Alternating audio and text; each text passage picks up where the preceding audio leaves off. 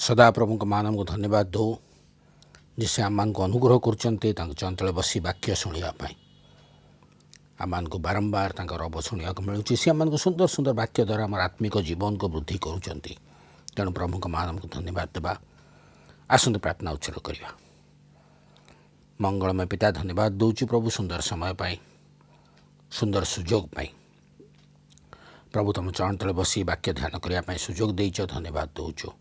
हाँ प्रभु तुम से जीवंत रब को आमको शुणापी साहाय्य कर जो वाक्य दौच से वाक्य को बुझापी ऊर्धर आशीर्वाद कर पवित्र आत्मा को शक्ति जोगा एवं उपस्थित प्रत्येक को प्रभु आशीर्वाद करू करू परिवार गुड़ी को आशीर्वाद कर रोग व्याधि सबुठ समस्त को वंचित कर रख गौरव संभ्रम तुमरी हो प्रार्थना जीशु नाम मागुछु आमेन।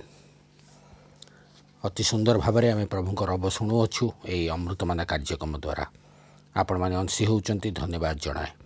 जो मैंने चैनल टी को सब्सक्राइब करना वर्तमान सब्सक्राइब करूँ जहाद्वारा आपण मैंने सहजरे आम समस्त कार्यक्रम अंशी हो पारे एवं ये जो आत्मिक आहार रही प्रतिदिन आपण मैंने पाइपर। आसतु आज ध्यान मध्य को जीवा। आज जो विषय नहीं आम ध्यान करने को जाऊँछु तार प्रसंगटी हूँ क्रोध करी कि भल करुअछ। क्रोध करी कि भल करुअछ। बाइबल गोटे अंश पाठ करवा। जुन्नस पुस्तक तार 4 पर्व 9 पद। जुन्नस पुस्तक तार 4 पर्व तार 9 पद। एथिरे परमेश्वर जुनस को कहिले तुम्भे कखारु लता सकाशु क्रोध करी कि भल करुअछ। तैरे से कहले मरण पर्यंत ही क्रोध करिवार मोर भल। प्रभु ये पट्ट वाक्य को आशीर्वाद करने सहित बुझापी आम को साहाय्य प्रदान करंतु। यही पदर प्रथम धाड़ी उपर आज आम ध्यान करवा। एठारे परमेश्वर जुनस को एक प्रश्न पचारुछंती। परमेश्वर पचारुछंती तुम्बे कखारु लता सकाशु क्रोध करी कि भल करुअछ। यही प्रश्न परमेश्वर पचारिवार पूर्व घटनावली को आम टिके ध्यान करवा। परमेश्वर जुनस को कहते निनिबी नगर को जाओ सेठारे घोषणा कर। किंतु निनिबीर लोक माने अत्यधिक दुष्ट थिले।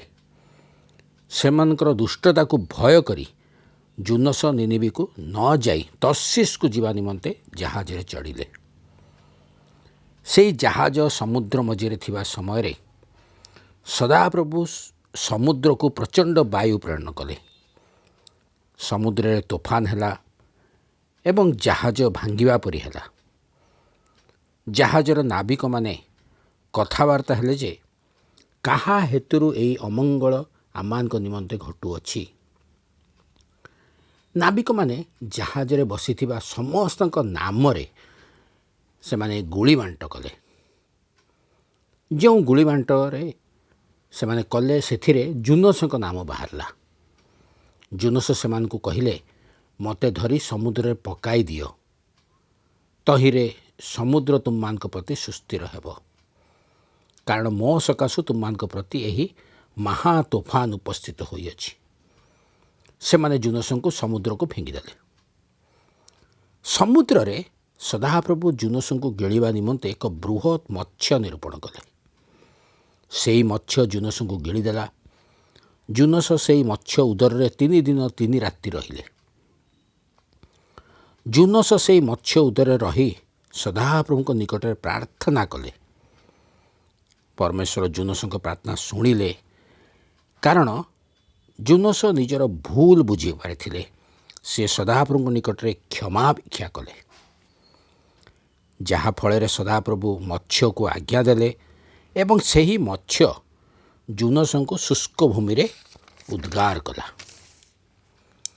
तापरे द्वितीय थर सदाप्रभु को वाक्य जुनस निकट में उपस्थित है। सदाप्रभु जुनस को कहले उठ निनिबी महानगर को जाओ पुणी जहाँ घोषणा करने आमे तुमको आज्ञा कलु ताहा से नगर उद्देश्य प्रचार कर। ତହିଁରେ ଜୁନୋସ ସଦାପ୍ରଭୁଙ୍କ ବାକ୍ୟ ଅନୁସାରେ ନିନିବିକୁ ଗଲେ। ଜୁନୋସ ସେଠାରେ ପ୍ରଚାର କରି କହିବାକୁ ଲାଗିଲେ ଯେ ଆଉ 40 ଦିନ ଗତ ହେଲେ ନିନିବି ଉତ୍ପାଟିତ ହେବ। ଏହା ପରମେଶ୍ୱରଙ୍କର ବାକ୍ୟ। ସେଠାରେ ଅନେକ ଲୋକ ସଦାପ୍ରଭୁଙ୍କୁ ବିଶ୍ୱାସ କଲେ। ଯେତେବେଳେ ରାଜାଙ୍କ ନିକଟରେ ଏହି ସମ୍ବାଦ ଉପସ୍ଥିତ ହେଲା, ରାଜା ସର୍ବତ୍ର କ'ଣ କଲେ? ଉପବାସର ଘୋଷଣା କଲେ।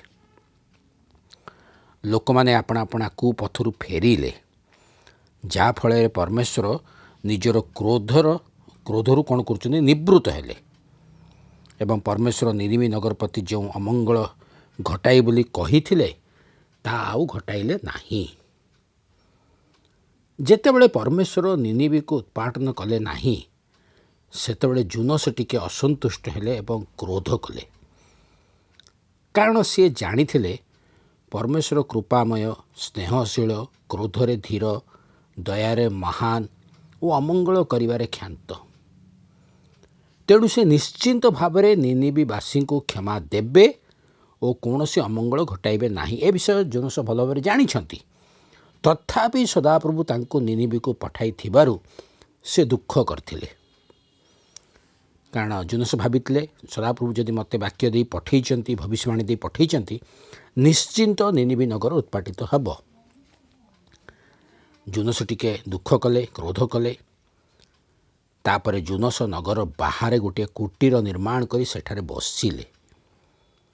କାରଣ ସେ ଭାବୁଥିଲେ ସଦାପ୍ରଭୁ ତାଙ୍କର କ୍ରୋଧ ଓ ଦୁଃଖକୁ ଦେଖିବେ ଏବଂ ନିନିବି ପ୍ରତି ଯାହା ଘଟାଇବେ ସିଏ ଦୂରରେ ଥାଇ ସମସ୍ତ ବିଷୟ ଦେଖିବେ। ଏହା ଭାବି ସେ ଦୂରରେ ଯାଇ ରହିଲେ। ସେହି ସମୟରେ ସଦାପ୍ରଭୁ ଗୋଟିଏ କଖାରୁ ଲତା ନିରୂପଣ କଲେ। ଜୁନୋସଙ୍କର ଦୁର୍ଗତିକୁ ଉଦ୍ଧାର କରିବା ନିମନ୍ତେ ସଦାପ୍ରଭୁ ସେହି କଖାରୁର ଲତାକୁ ବଡ଼ କରି ଜୁନୋସଙ୍କ ମସ୍ତକ ଉପରେ ଆଣିଲେ। ଜୁନୋସ ସେହି ଲତାକୁ ଦେଖି ଖୁସି ହେଲେ। କିନ୍ତୁ ସଦାପ୍ରଭୁ ତହିଁ ଆର ଦିନ କ'ଣ କରୁଛନ୍ତି ନା ଏକ କୀଟ ନିରୂପଣ କଲେ। ସେହି କୀଟ କଖାରୁ ଲତାକୁ କାଟିଦେଲା ଏବଂ ସେହି ଲତା ଶୁଷ୍କ ହୋଇଗଲା। ତାପରେ ସଦାପ୍ରଭୁ ସୂର୍ଯ୍ୟୋଦୟ ସମୟରେ ଝଞ୍ଜା ପବନ ଅର୍ଥାତ୍ ଝାଞ୍ଜି ପବନ ସେ ନିରୂପଣ କଲେ ଏବଂ ଜୁନୋସଙ୍କ ମସ୍ତକ ଉପରେ ପ୍ରବଳ ଖରା ହେଲା। ଜୁନୋସ କ୍ଳାନ୍ତ ହୋଇପଡ଼ିଲେ। ଜୁନୋସ ପୁନର୍ବାର କ୍ରୋଧ କଲେ, କାରଣ ତାଙ୍କର ମସ୍ତକ ଉପରେ ଯେଉଁ କଖାରୁ ଲତା ଥିଲା ତାହା ଶୁଷ୍କ ହୋଇଯାଇଥିଲା। ତାଙ୍କୁ ପ୍ରବଳ ଖରା ବ୍ୟତିବ୍ୟସ୍ତ କରୁଥିଲା। ସେ ସେହି ସମୟରେ କଖାରୁ ଲତା ଉପରେ କ୍ରୋଧ କଲେ।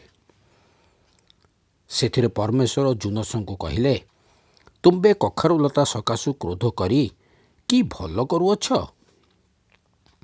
ଏଠାରେ ଦେଖୁ, ପରମେଶ୍ୱର ଜଣେ ମନୁଷ୍ୟକୁ ପଚାରୁଛନ୍ତି, ତୁମ୍ଭେ ଯେଉଁ କ୍ରୋଧ କରୁଅଛ ତାହା କି ଉଚିତ ବିଷୟ? କ୍ରୋଧ କରିବା କ'ଣ ଭଲ ବିଷୟ? ସଦାପ୍ରଭୁ ବାଇବେଲରେ ଆଉ ଜଣେ ମନୁଷ୍ୟକୁ ମଧ୍ୟ ଏହି ପ୍ରଶ୍ନ ପଚାରିଥିଲେ। ଯଦି ଆମେ ଆଦି ପୁସ୍ତକ ପାଠ କରିବା 4 ପର୍ବ 6 ପଦରେ ସେଠାରେ ଦେଖୁ, ସଦାପ୍ରଭୁ କଇନଙ୍କୁ ପଚାରୁଛନ୍ତି, ତୁମ୍ଭେ କାହିଁକି କ୍ରୋଧ କରୁଅଛ? ଆମମାନେ ଗୋଟିଏ ବିଷୟ ସ୍ମରଣରେ ରଖିବା, ଯେତେବେଳେ ଆମମାନେ କ୍ରୋଧ କରୁ ସେତେବେଳେ ପରମେଶ୍ୱର ଆମମାନଙ୍କୁ ଏହି ପ୍ରଶ୍ନ ପଚାରନ୍ତି, ତୁମ୍ଭେ କାହିଁକି କ୍ରୋଧ କରୁଅଛ? ଅନେକ ସମୟରେ ଆମେ କ୍ରୋଧରେ ପାପ କରି ବସୁ। କ୍ରୋଧ କରିବା ସମୟରେ ଆମେ ଜାଣିପାରିନଥାଉ ଯେ ଆମେ କ'ଣ କରୁଛୁ। ଯାହା କରିବା କଥା ନୁହେଁ, ଉଚିତ ବିଷୟ ନୁହେଁ, ତାହା କରିଦେଇଥାଉ। ଆମ ମୁଖର ଶବ୍ଦରେ ମଧ୍ୟ ଆମର ନିୟନ୍ତ୍ରଣ ନଥାଏ। ଆମେ କ୍ରୋଧରେ କାହାକୁ କ'ଣ କହୁ ଜାଣିପାରିନଥାଉ। ଅନେକ ଖରାପ ଶବ୍ଦ ମଧ୍ୟ ଆମେ ବ୍ୟବହାର କରିଦେଇଥାଉ, ଯାହାଦ୍ୱାରା ଆମେ ପାପ କରିଥାଉ ଏବଂ ପରମେଶ୍ୱରଙ୍କ ଠାରୁ ଆମେ ଦୂରକୁ ଚାଲିଯାଇଥାଉ। ପ୍ରଭୁଙ୍କର ଏହି ବାକ୍ୟ ଯେତେବେଳେ ଆମେ ଧ୍ୟାନ କରୁ, ଆମକୁ ଶିକ୍ଷା ମିଳେ ଆମକୁ ନିଜର କ୍ରୋଧ ଉପରେ ନିୟନ୍ତ୍ରଣ ବା କଣ୍ଟ୍ରୋଲ ରଖିବାର ଅଛି। ବିନା କାରଣ ଯଦି ଆମେ କାହା ଉପରେ କ୍ରୋଧ କରୁଛୁ ତାହା ପାପ ଅଟେ। ମନରେ ପ୍ରଶ୍ନ ଉଠିବ ଯେ କାରଣ କ'ଣ ଓ ବିନା କାରଣ କ'ଣ? बा कारण थाई कि क्रोध करवा कौन और बिना कारण क्रोध करवा कौन। क्रोध तो क्रोध अटे। हाँ निश्चिंत भाव में क्रोध सर्वदा क्रोध अटे। आम बाइबल दुईटी स्थान में देखा जे यात्रा पुस्तक आम ध्यान करूँ 32 पर्व 19 पदरे सेठार देखू लिखा जाए एथिरे से छाउणीर निकटवर्ती हेबा मात्रे सेई बाछुरीय नृत्य देखिले तहिरे मूषांकर क्रोध प्रज्वलित हैला एणु से आपण हस्तरू से दुई प्रस्तर पटा फोपाड़ी देई पर्वत तले ताहा भांगिले। एठार देखू मूसा इस्राएल मान क्रोध करुछंती। इस्राएल माने मूसा अनुपस्थित पाप करुछंती। निज निमंते एक देवता जहाँ बाछुरी रूप से तैयारी बा से निर्माण कले से बाछुरी से कौन कले प्रशंसा करुले एवं ता उद्देश्य से नृत्य करुछंती। यह देखी मूसांकर क्रोध प्रज्वलित है। एठारे मूसा जो क्रोध कले ताहा पाप नुह कहीं मूसा बिना कारण क्रोध करना तांकर क्रोध करिवार एक विशेष कारण अछि। मूसा जानिचंती जे एही इस्राएल मानकु सदाप्रभु मिस्र बंदी अवस्था मुक्त करी आनिछंती सेमानकु पथ मध्य समस्त आवश्यक विषय जोगाउछंती सुरक्षा दौचंती तथापि से इस्राएल माने सदाप्रभु को पार्श्वरी निज निमंते एक देवता निर्माण करी तार प्रशंसा करुछंती। सेथिपाई मूसा सेमानक ऊपर क्रोध करुछंती। गोटे विषय आम चिंता करिबा मूसा एठारे पाप करिना सत किंतु क्रोधरे भूल कार्य करिछंती। क्रोधर से कौन करुछंती जानी पारु नाहंती। से सेही दुई प्रस्तर फलक जहाँ परमेश्वर निज हस्तरे ताहा उपरे आज्ञा गुड़िक लिखिथिले से ता फोपाड़ी भांगी देउछंती। यह होची एक भूल कार्य। यह ही कहा जाए क्रोधरे निजर नियंत्रण हरैबा। आउ एक अंश को देखिबा गणना पुस्तक जदि हम पाठ करूँ 20 पर्व 10 पद एठारे देखू मूसा लोक मान को कहउछंती हे विद्रोही गण शुण। मूसा ये जो कहउछंती हे विद्रोही गण शुण यह क्यों प्रकार शब्द। मूसा क्रोधर बा क्रोधरे थाई एपरी शब्द व्यवहार करुछंती। इस्राएल माने अर्थात से माने प्रभुंक लोक अटंती प्रभुंकर मनोनीत गोष्ठी अटंती से माने प्रभुंकर मनोनीत लोक मान को देखी मूसा कहउछंती हे विद्रोही गण। किंतु मूसांकर ये क्रोध मध्य पाप नुह। लोक माने प्रभुंक विरुद्ध रे बचसा करुथिले तेणु मूसा सेमानक उपर क्रोध करिसंती। मूसा एथिपाई क्रोध करिनाहांती जे लोक माने मूसांक कथा को शुणुनाहांती मूसांक आदेश को पालन करुनाहांती मूसांक विरुद्ध रे जाउछंती ए विषय नहीं मूसा क्रोध करुनाहांती। मूसांकर कौनसी स्वार्थ नाही। प्रभुंक विरोध करिवारु मूसा क्रोध करुछंती। किंतु एठारे मध्य मूसा पाप करि नाहांती किंतु भूल कार्य करिछंती। कौन ना मूसा प्रभुंक उपर विश्वास न करी जष्टि नहीं प्रस्तर उपर आघात करी जल बाहर कले। क्रोधरे थाई मूसा क्रोधरे कले काम। क्रोधरे मूसा निजर नियंत्रण हराइले एवं प्रभु को अपेक्षा कले नाही बा प्रभु को मागिले नाही निजे निष्पत्ति नहीं गले। तार दंड मध्य प्रभु तांकु देले जहाँ आमे 12 पदरे पाठ करि थाउ। एथिरो हमको शिक्षा मिले जेउठारे पाप अछि सेठारे क्रोध करिवा उचित किंतु सेई क्रोध उपरे आम नियंत्रण रखिबा उचित। क्रोध द्वारा आमको भूल कार्य करिवा उचित नुह। पाप को देखि आमे क्रोध करिवा किंतु मनुष्य के देखि नुहे। आमे अनेक समय जनक उपर क्रोध करी अन्य जनक उपर सेई क्रोध को प्रयोग करि थाउ। या उचित विषय नुह। जुनस जेपरी करिथिले से परमेश्वर उपर क्रोध करुछंती कारण परमेश्वर निनिवी नगर को दंड देले नाही तेणु जुनस को क्रोध बढ़ी। से दुख करचंती क्रोध करचंती किंतु क्रोधटा देखौचंती कहा उपरे जुनस कखारु लता उपरे यह कदापि उचित विषय नुह तेणु सदाप्रभु जुनस को प्रश्न पचारुचंती तुम्बे क्रोध करी कि भल करुअछ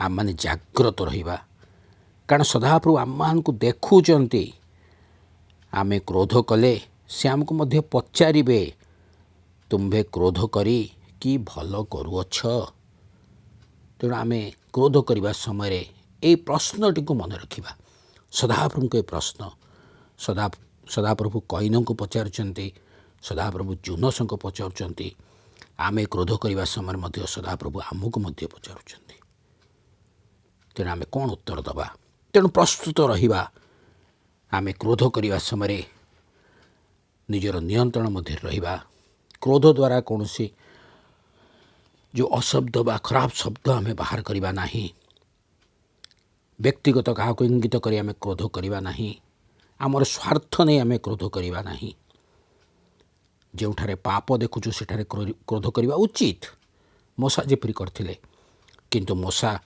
क्रोध करी भूल मध्य करथिले आमे से काम करवा नहीं प्रभु अल्प चिंतार आम को आशीर्वाद करंतु आसंतु प्रार्थना करवा मंगलमय पिता धन्यवाद दौचु सुंदर वाक्य पाई हाँ प्रभु अनेक समय आम क्रोध करुचु एवं क्रोध करने द्वारा अनेक भूल मध्य कर दौचु पाप कर दौचु आम को क्षमा दिए प्रभु क्षमा दिए सुंदर वाक्य देइथिबारु धन्यवाद दौचु आम निजर क्रोध उपर नियंत्रण रखी आम ताको आमर कंट्रोल मध्य रखी प्रभु जेपरी स्मरण रखा ये प्रश्नटी जे तुम आमको पचारुच प्रभु जे क्रोध करके आम भूल करुचु प्रभु क्षमा दियो आम को चालना प्रदान कर क्रोधर निवृत्त हाँपाई आम को शिक्षा दियो प्रार्थना जीशु नाम मागुछु आमेन।